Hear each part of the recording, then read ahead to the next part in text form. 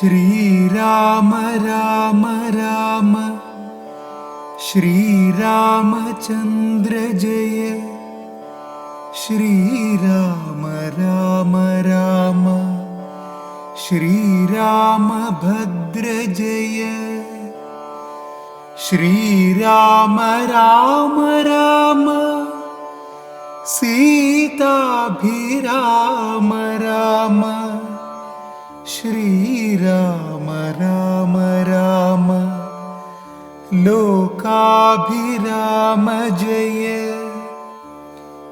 श्रीराम राम राम रावणान्तक राम श्रीराम मम हृदि रमता राम राम श्रीराघवात्मा राम श्रीराम रमापते श्रीराम रमणीय विग्रह नमोस्तुते नारायणाय नमो नारायणाय नमो नारायणाय नमो നാരായണായ നമഃ.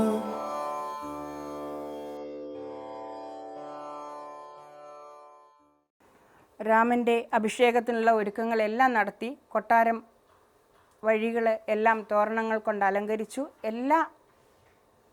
എല്ലാം ചെയ്തു തീർത്തു രാജാവ്. പക്ഷേ പെട്ടെന്നാണ്, പ്രതീക്ഷിക്കാതെയാണല്ലോ ഓരോന്ന് വന്നു ചേരുന്നത്.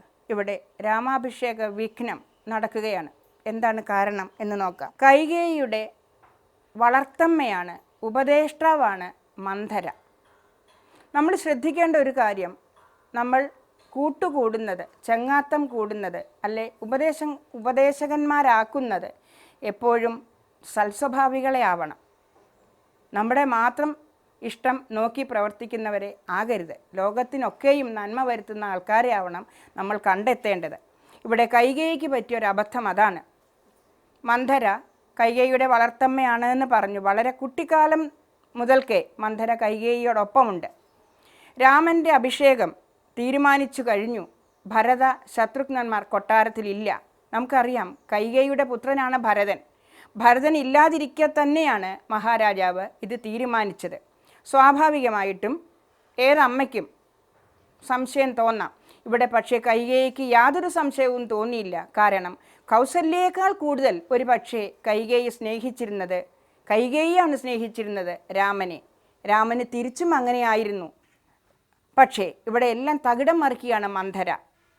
ഏഷണി പറഞ്ഞ് കൈകേയിയുടെ ശുദ്ധ മനസ്സിനെ അശുദ്ധമാക്കി തീർക്കുന്നു മന്ധര.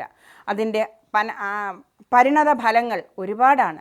ഒരു പക്ഷേ ഈ രാമായണം മുഴുവൻ നിറഞ്ഞു നിൽക്കുന്ന കാര്യങ്ങളാണ് ഇവിടെ ആരംഭിക്കുന്നത്.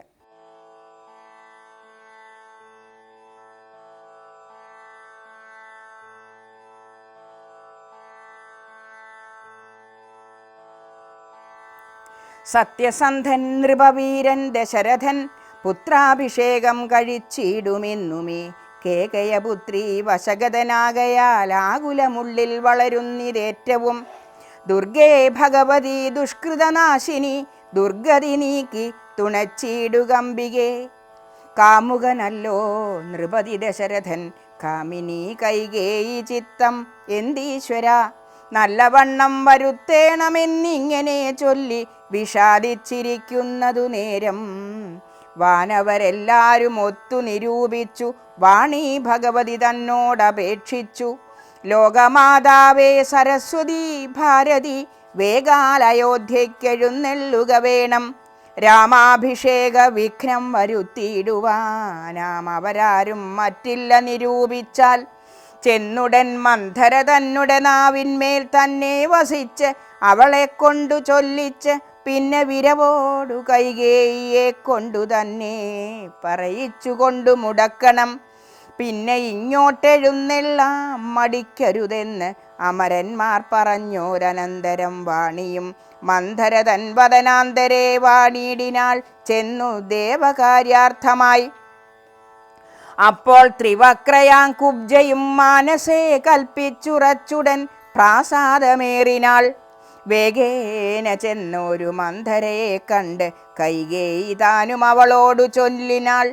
മന്ധരേ ചൊല്ലൂ നീ രാജ്യമെല്ലാടവും എന്തൊരു മൂലമലങ്കരിച്ചിടുവാൻ.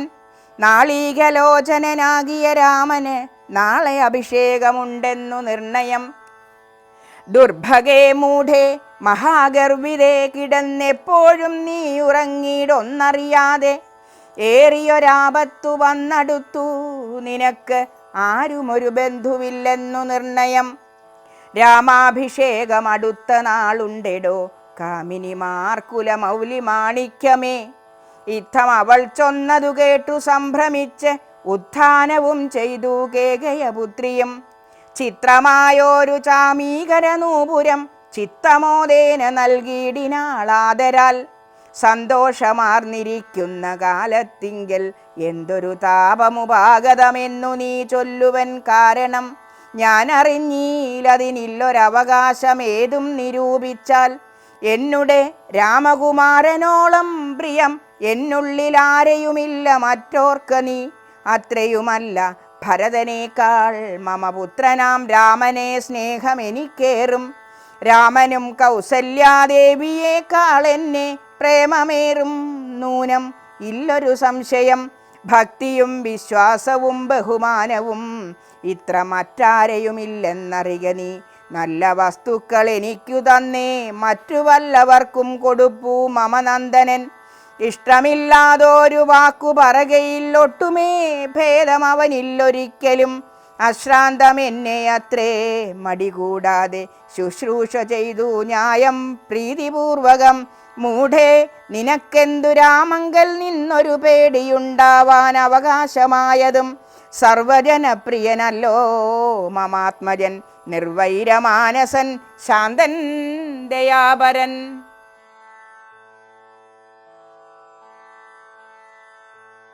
വളരെ സന്തോഷമായി കൈകേയിക്ക് തൻ്റെ പുത്രൻ രാമൻ രാജാവായി യുവരാജാവായി അഭിഷേകം ചെയ്യാൻ പോവുകയാണ്. പക്ഷേ സമ്മതിച്ചില്ല മന്ധര. ഒരുപാട് പറഞ്ഞു കൈകേയിയുടെ മനസ്സ് മാറ്റാൻ. അവസാനം മാറ്റുക തന്നെ ചെയ്തു. പണ്ടൊരിക്കൽ ദേവലോകത്ത് വെച്ച് ദേവാസുര യുദ്ധത്തിൽ കൈകേയിയാണ് ദശരഥനെ ഒരാപത്തിൽ നിന്ന് രക്ഷിച്ചത്. ഒടിഞ്ഞു പോവാൻ പോകുന്ന രഥചക്രത്തിൻ്റെ സ്ഥാനത്ത് തൻ്റെ വിരൽ വെച്ച് ആ യുദ്ധം കഴിയുവോളം അതിൻ്റെ ആപത്തിനെക്കുറിച്ച് അറിയാതെ ഓർമ്മിക്കാതെ യുദ്ധം ചെയ്യുവാൻ ദശരഥനെ സഹായിച്ചു കൈകേയി. ദശരഥനും പ്രിയപ്പെട്ടവളായിരുന്നു കൈകേയി. അന്ന് സന്തുഷ്ടനായ ദശരഥൻ കൈകേയിയോട് ചോദിച്ചു, ഞാൻ നിനക്ക് എന്തു വരമാണ് തരേണ്ടത്? എൻ്റെ ജീവനെ രക്ഷിച്ച നിനക്ക് എന്തു വരമാണ് തരേണ്ടത്? പക്ഷേ അപ്പോൾ കൈകേയി ആ വരം സ്വീകരിച്ചില്ല. എപ്പോഴെങ്കിലും എനിക്ക് ആവശ്യം വരുമ്പോൾ ഞാനത് വാങ്ങിക്കൊള്ളാം എന്ന് പറഞ്ഞ് വെച്ചു. ഇത് തന്നെയാണ്, ഈ അവസരമാണ് മന്ധര ഉപയോഗിച്ചത്. കൈകേയിക്ക് ഉപദേശിച്ചു കൊടുത്തു, രാമൻ രാജാവായാൽ തീർച്ചയായും രാജമാതാവാവുക കൗസല്യയാണ്. നീ മൂഢേ കിടന്നുറങ്ങേണ്ട, ഒന്നും ആവാൻ പോകുന്നില്ല. ഇപ്പോഴത്തെ രാമനാവില്ല രാജാവായിക്കഴിഞ്ഞാൽ. അതുകൊണ്ട് നീ രാമനോട് ദശരഥനോട് പണ്ട് ചോദിച്ച 2 വരം ആവശ്യപ്പെടുക. എന്തൊക്കെ വരമാണെന്നും ഞാൻ നിനക്ക് പറഞ്ഞു തരാം. ഒന്ന്, രാമനെ യുവരാജാവാക്കുന്നതിൽ നിന്ന് പിന്തിരിയുക, പകരം നിന്റെ പുത്രനായ ഭരതനെ രാജാവാക്കുക. മറ്റേത്, രാമൻ നാട്ടിലേ വേണ്ട, 14 വർഷം വനവാസത്തിന് പോയിക്കോട്ടെ. ഈ 2 വരങ്ങൾ നീ സ്വന്തമാക്കിയാൽ, മഹാരാജാവിൽ നിന്ന് വാങ്ങിയാൽ തീർച്ചയായും ഭരതൻ രാജാവാകും, നീ മാതാവാകും. സ്വസ്ഥമായി സുഖമായി നിനക്ക് ജീവിക്കാം എന്ന് ഉപദേശിച്ചു കൊടുത്തു. മന്ധരയുടെ ഈ ഉപദേശം കുറിക്കുകൊണ്ടു കൈകേയിയുടെ മനസ്സ് മാറുന്നു. വൃദ്ധനായ മഹാരാജാവിനെ അവൾ വല്ലാതെ ബുദ്ധിമുട്ടിക്കുന്നു.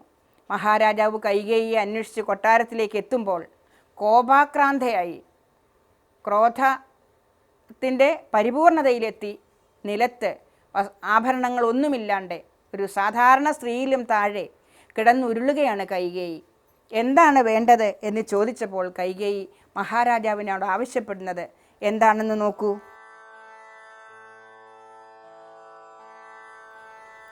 സത്യപ്രതിജ്ഞനായുള്ള ഭവാൻ മമ സത്യം പറഞ്ഞതു നേരെങ്കിലെന്നുടെ പഥ്യമായുള്ളതിനെ പറഞ്ഞിടുവൻ വ്യർത്ഥമാക്കിയിടായ സത്യത്തെ മന്നവ. എങ്കിലോ പണ്ട് സുരാസുരായോധനെ സങ്കടം തീർത്തു രക്ഷിച്ചേൻ ഭവാനെ ഞാൻ.